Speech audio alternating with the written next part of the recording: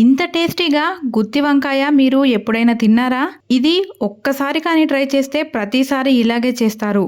ముందుగా గుత్తి వంకాయల్ని వీడియోలో చూపిస్తున్నట్లు ఇలా కట్ చేసి పెట్టుకోవాలి.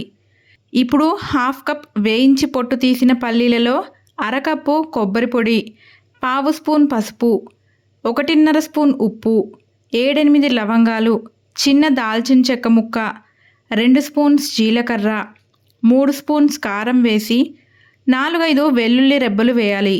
అంతా చక్కగా గ్రైండ్ చేయాలి.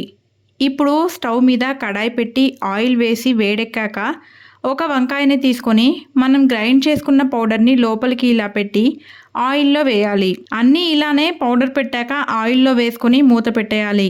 మధ్య మధ్యలో వంకాయలు విడిపోకుండా జాగ్రత్తగా అటు ఇటు తిప్పుతూ ఫ్రై చేయాలి. అన్నీ బాగా ఫ్రై అయ్యాక వంకాయల్లో పెట్టగా మిగిలిన పౌడర్ని ఇందులో యాడ్ చేసి జాగ్రత్తగా బాగా కలిసేలా ఒక్కసారి కలపాలి. అంతే, టేస్టీ గుత్తి వంకాయ కర్రీ రెడీ. ట్రై చేసి ఎలా వచ్చిందో కామెంట్ చేయండి. Thanks for watching.